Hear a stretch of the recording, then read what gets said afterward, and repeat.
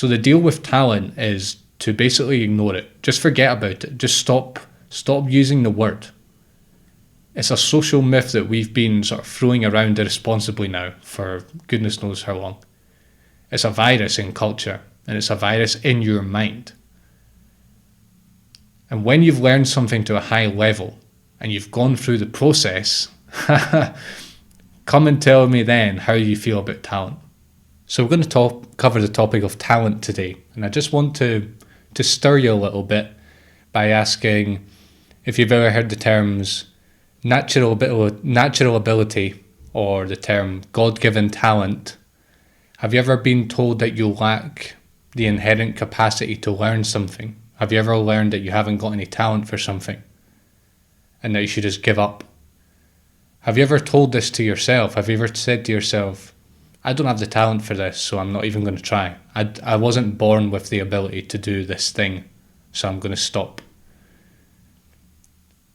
Basically, the idea that we can have innate talent for a certain sport or pursuit is one of the biggest holes in our conventional wisdom about learning.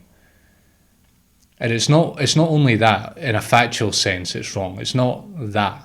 It's the fact that if you believe this, you're never going to get good at anything. And we'll cover why that is. It's an extraordinarily disempowering belief. And so that's why when we're talking about the mental game of learning, this is the first thing that we need to talk about, because it's a serious hindrance to your ability to learn and to learn effectively. So let's cover about the idea that ability comes inbuilt. So basically, from a very young age, we're indoctrinated with the idea that you either have talent for a certain area or you don't. So you have a maths brain or you don't. You have an eye for art or you don't. So just like children in communist China were made to learn the Little Red Book and then recite it every day, and then they became lifelong Mao sympathizers, on a lesser level, on a smaller level, you've been indoctrinated by everyone around you with the idea that talent is innate and it's inbuilt, and if you don't have it from birth, you're never going to have it. This goes back to Francis Galton, who was actually a cousin of Charles Darwin, a half-cousin, and he basically, using Darwin's theory as a scientific basis, or a potential scientific basis, he proposed the idea that ability in a certain pursuit was hereditary, so you inherited it from your parents. And so it goes into science and philosophy, this stuff. It's not just in our culture. What happens is when we look at the best of the best doing their thing on TV or on YouTube nowadays, or in a stadium, or wherever it is, whoever it is that we admire in a certain field, when we see them doing their thing, it looks like, this is the illusion of it, it looks like they have something that we don't. It looks like they're magical in some way. It looks like they're almost of a different species. And we talk about them like this. So we say things like, they're so talented.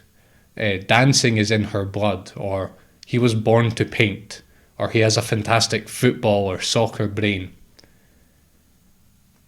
What you've got to realise about this is that high-level performers only look like this to us. They only have like this divine aura because they've been immersed in their craft for so long.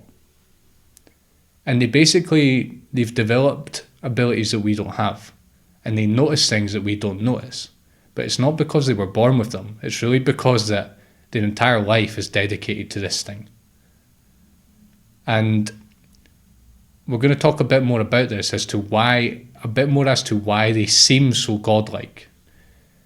What basically happens is, when you're immersed in a field, you start to notice patterns, the standard patterns of things that happen. Like if you're a chess player, chess is a very complex game and there's a lot of possible games in chess, but patterns emerge.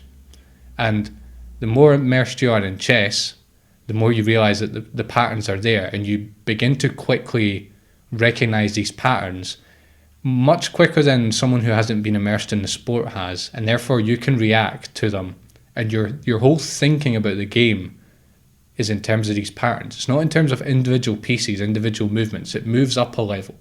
And therefore it starts to look like you're seeing things that other people aren't. Which is true in a sense, but it's not because you were born with it. It's because you've developed that ability. Janet Starks puts this very nicely. She's a professor of kinesiology. She says that skilled performers seem to have all the time in the world, recognition of familiar scenarios, and the chunking of perceptual information into meaningful wholes and patterns speeds up processes. So what she's saying is that immersion in a field, it gives you, it changes the way you look at it, and it changes the way you live it. You start responding to patterns and wholes rather than individual pieces.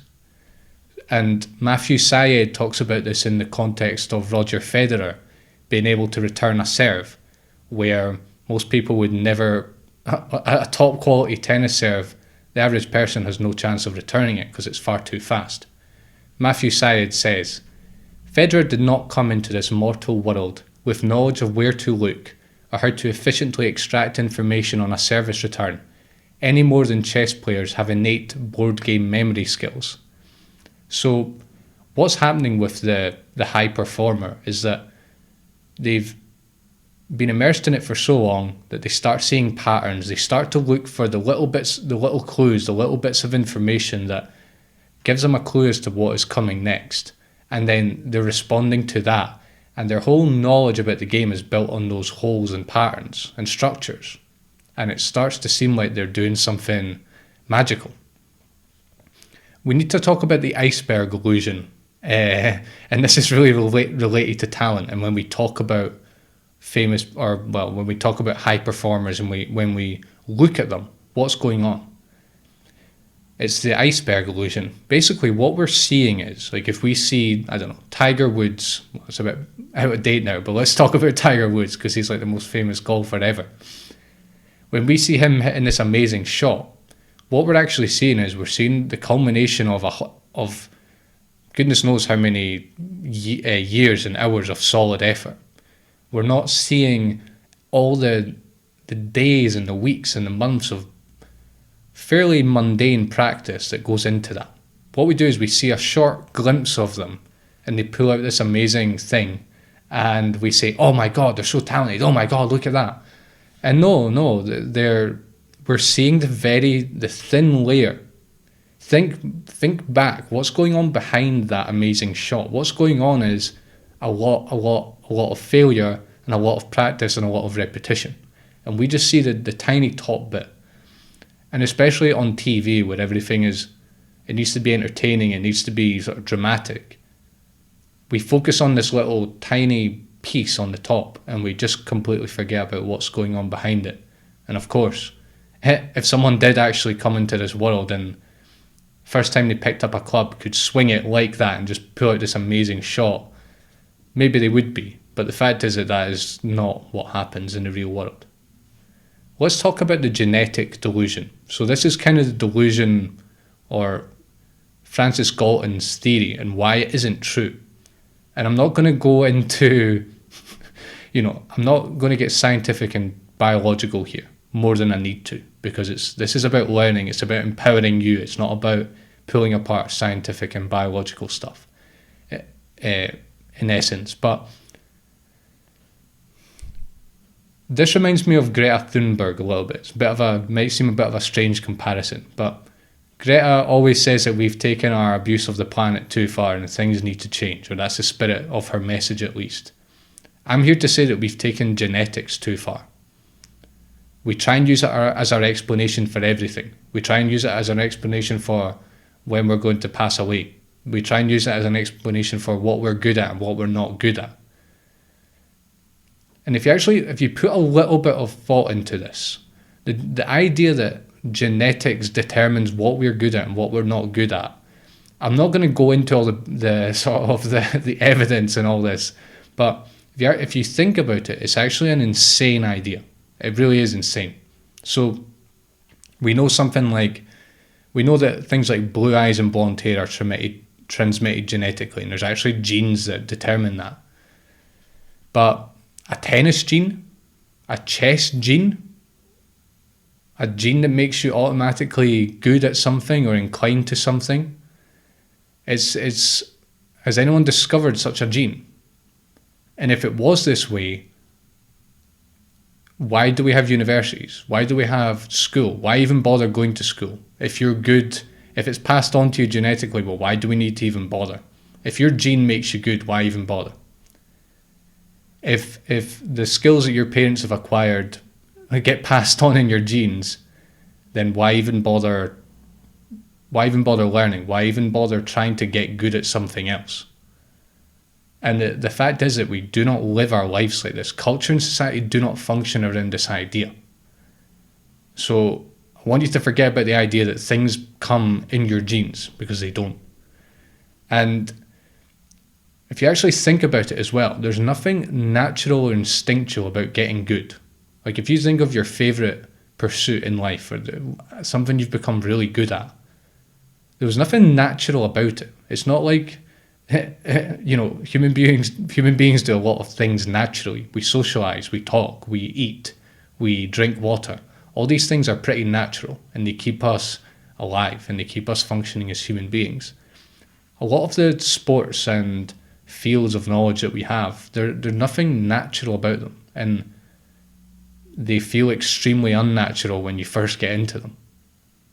So this genes idea is really damaging, and we're going to further debunk this right now when we talk about child prodigies. So let's talk about some examples of people who people consider to be child prodigies, who actually, they weren't child prodigies at all. They weren't gods, gifts from the gods, as people like to think. Charles Darwin, just talked about Charles Darwin. He's a prime example of this. So he's one of the most important figures in science.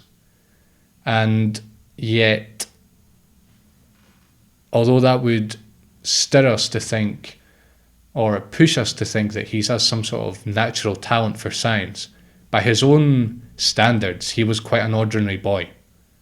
He had a huge passion for collecting biological specimens, and he got the opportunity to go to South America on a boat for a few years to develop that passion. And after spending 5 years doing that, he then had to study in universities to give the theory that he had come up with a more scientific grounding, so that it would gain weight in scientific circles.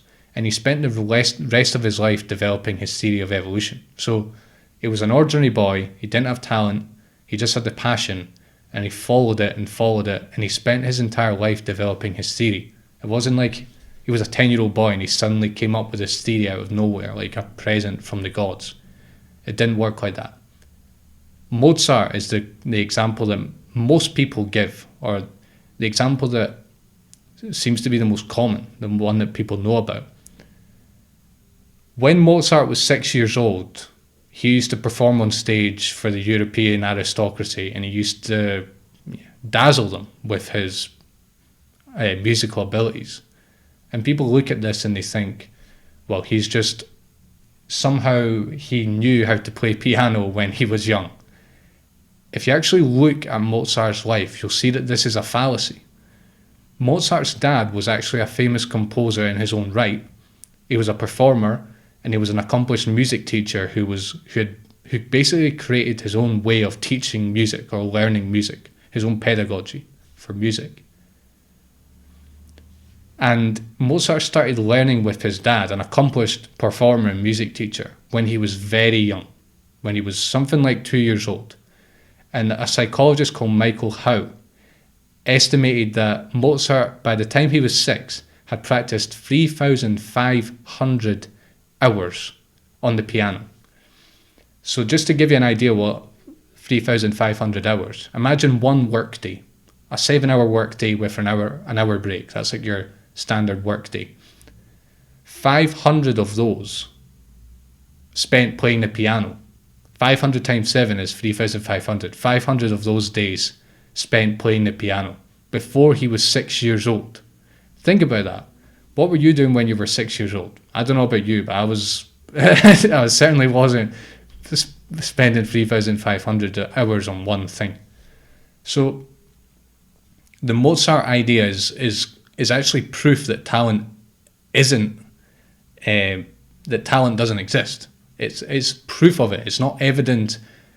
It's not evidence that talent comes inbuilt. It's actually the exact opposite of that. And the fact that it's genetically transmitted, you could say, well, oh, his dad was a pianist. Well, no, but his dad was an accomplished teacher as well. So you can't say, well, it was genetic, because there's way more factors in that, even if it was genetic, which I don't think that is the case. Another thing about Mozart is that he didn't actually create any real authentic, fresh music until he'd been composing for 10 years. A lot of his earlier work, according to music experts, was all basically reworks of other pieces. He didn't come up with anything original until 10 years on the job of trying to compose his own music. And a study on 70 composers reveals that only 3 of them, out of 70 great composers, only 3 of them produced anything of note before they hit the 10-year mark in composing. And the ones that did needed 9 years. So we're talking 9 or 10 years here to create something meaningful. And we're going to come back to that point later on in this course. Another one, Einstein. People say that Einstein must be some sort of, I don't know, shaman or wizard. No, Einstein started doing mental scientific experiments when he was 16. And it was 10 years later that he came up with his theory of relativity. So again, long period of immersion. Tiger Woods was the exact same. So people think Tiger Woods was some sort of child prodigy. He wasn't. He actually started playing golf at age 2. His dad was teaching him to play golf at age 2. And by the time, 10 years later, he'd clocked up the famous 10,000 hours of dedicated practice. So the child prodigy is really an illusion. And actually, instead of being proof that talent exists and that it's genetic or it's given to us at birth somehow, it's actually they're the proof of the exact opposite. They're proof that if you put the hours in, you're going to get good at something. It doesn't matter what age you are.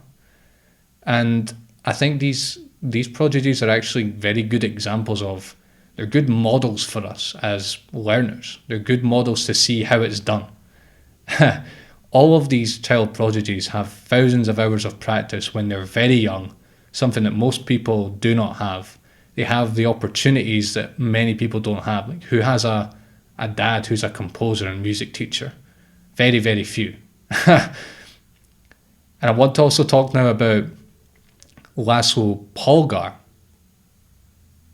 Laszlo, or let's say Polgar, his surname, Polgar literally raised his children to be chess superstars.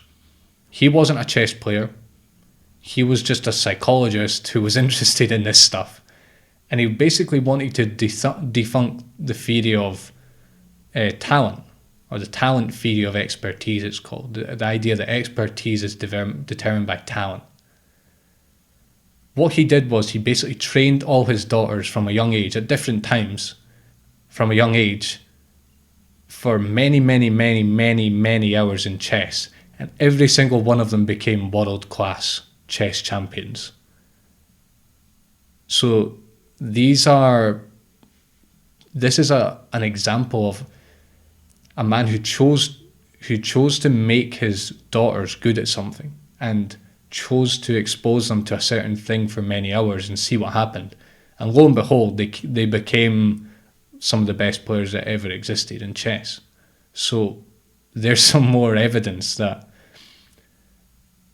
it really isn't. The greatest people are just practice junkies. They're just exposed for a lot of time in the right conditions, and they have an enormous amount of practice under their belt.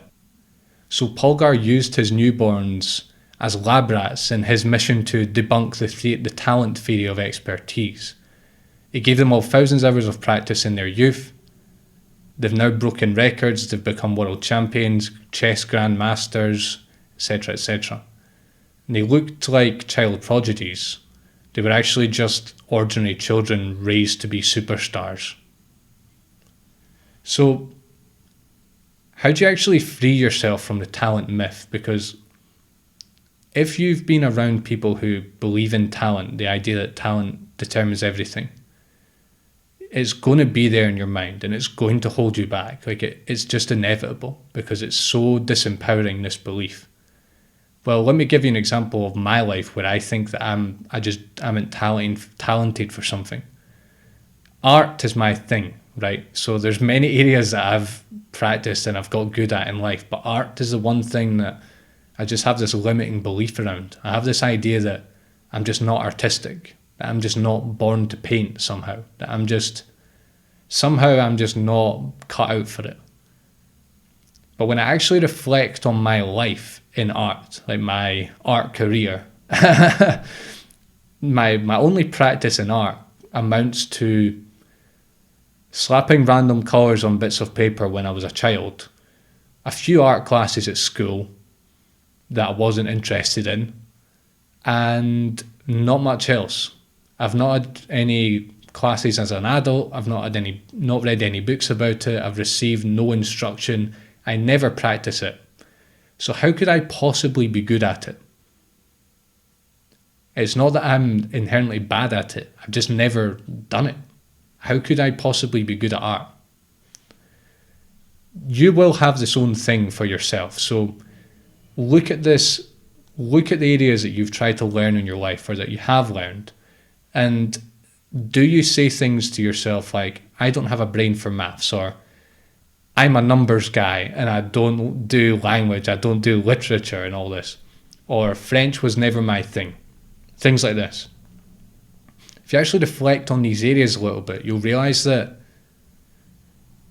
you never give yourself the chance to be good at them. And so that's why you're not good at them. And if you tried, maybe you would succeed. The problem with believing that talent is everything is that you basically won't try. You won't try to get good. And it becomes a self-fulfilling prophecy. And the thing about self-fulfilling prophecies is that always they're doubtful in their truth. And it's a shame because I look around and I see people who they have an idea of something that they want to try. They have some idea of a new hobby or a new language or an instrument. And they just tell themselves from the start, I can't do this. I'm not cut out for this. I don't have the talent. And it's really sad. So look out for this in yourself. And yeah, you have to be very careful with how you think about what you're capable of. And now that you know this, you can really try your hand at whatever you want. There's much more to mindset than this, but this is a huge part of it. Here's a quote that I really like.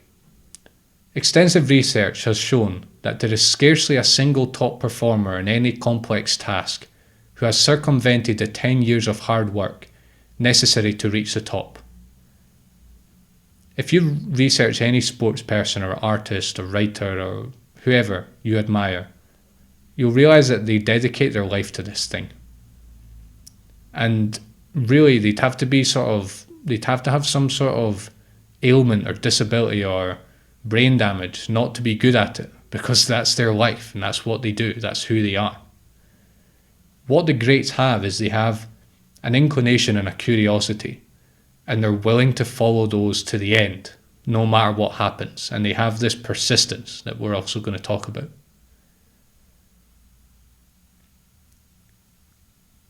This doesn't mean that hard work alone will get you there. Sometimes things like good luck plays a part. Having a dad that is a composer and teacher plays a part. Where you are in a certain historical time plays a part. Who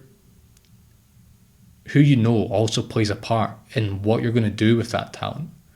But the actual building up of knowledge and expertise itself isn't limited to those things. Those things will help you, say, become famous. If you know the right people, it might help you become famous.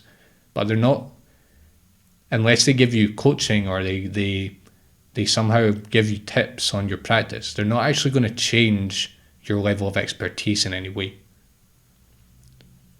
So the deal with talent is to basically ignore it. Just forget about it. Just stop using the word. It's a social myth that we've been sort of throwing around irresponsibly now for goodness knows how long. It's a virus in culture, and it's a virus in your mind. And when you've learned something to a high level and you've gone through the process, come and tell me then how you feel about talent.